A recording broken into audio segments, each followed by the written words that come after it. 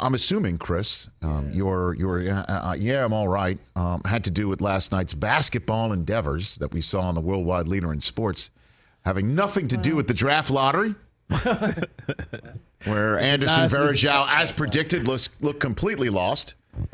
He's like, what am I doing here? Who am I and what am I doing here? That's your line, buddy. Uh-huh. So I just like Sabonis when the Kings got into the top 4. He was just like, giggling. Hey.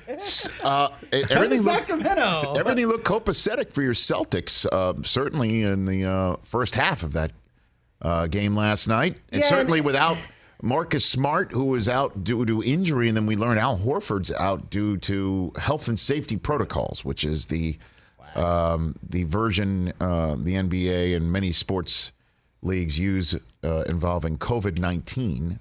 Yeah, so here's my quick take on last night. You know, you're out 2 starters. You just played one of the most physical, grueling 7-game second-round series of all time. Yes. And you're going on the road, the 1 seed who's been sitting for 5 days.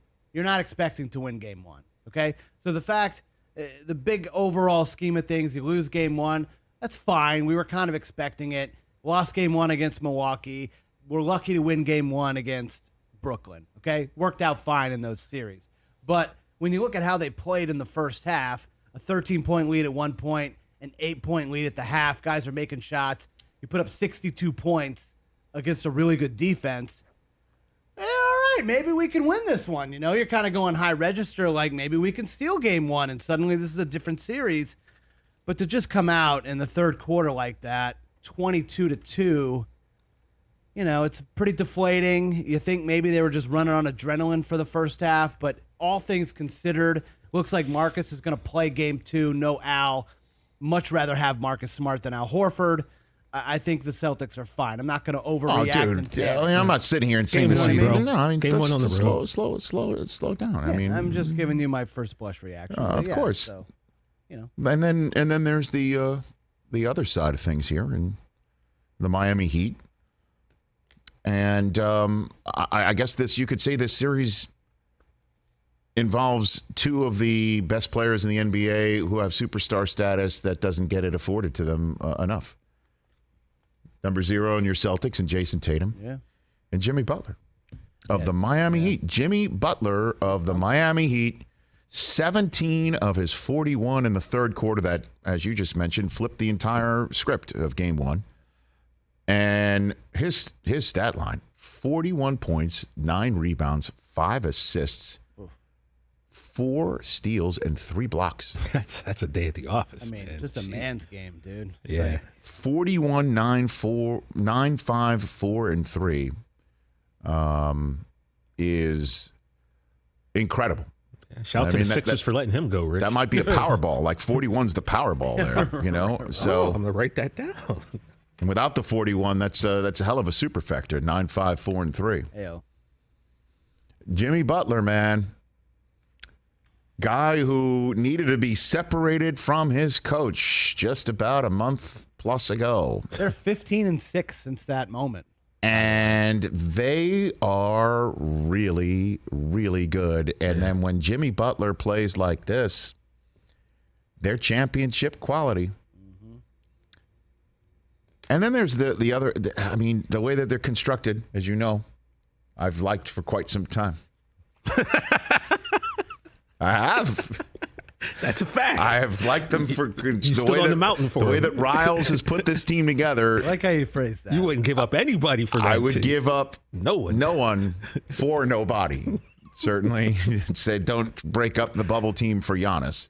Rich, if they do win a championship again, it'll be tough for me to be held back. Man. I know. But again, as I pointed out to Chris, it's just one game, and we'll see how it all works. And this could be one of those Donnie Brooks. And even after the game, Eric Spoelstra's talking about how 2 of the best two-way players in the game today going against each other, because it's amazing is that when Tatum's got the ball in his hand, it's Butler on him and vice versa. And it's great to see. That's what we want to see as NBA fans. We want to see the best take on the best or try to beat the best.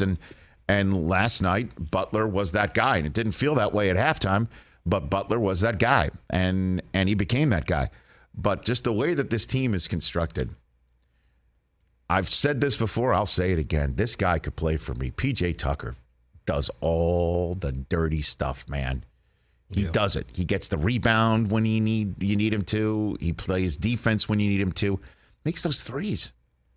Towards the end of the game, a couple times. Oh, I know. We had Celtics made some threes. Like, Celtics makes some threes. What are we going to do here? Well, it was higher register 7-point.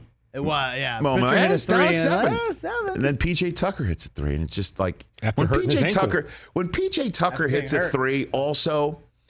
Not just when he hits a three, it's one of those every one of his threes is a deflating three because he's literally the guy that you will always say, let him shoot. Yeah, you take it.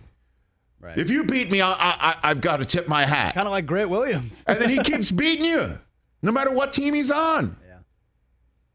I mean, he only had one three, but I know. It was a big one. But he always comes out with them. Yeah. And that's after he hurt his ankle in the first half, had to change his shoes. Is he like the Robert Horry of his generation? No, Rich. Is he the Ken Norton Jr. where he just switches teams and he'll just win it anyway? That again? might be a little bit better. Could that be better? That could be it. The thing about that moment, too. You like that one? I do like that. Pritchard hits a three. It's a 7-point game. And the thing is, like, Ime Udoka was kind of waving the white flag. He had sent some scrubs to the bench, and then he hits a He's like, back to the bench. It's I know 7 because you with can't. 3 to go. It was like 90 seconds to go, and you just couldn't put the scrubs in yet. You couldn't tap out just yet, but then they did because the Heat are not going to beat themselves. So I enjoyed game one. That was a good game one. Yeah.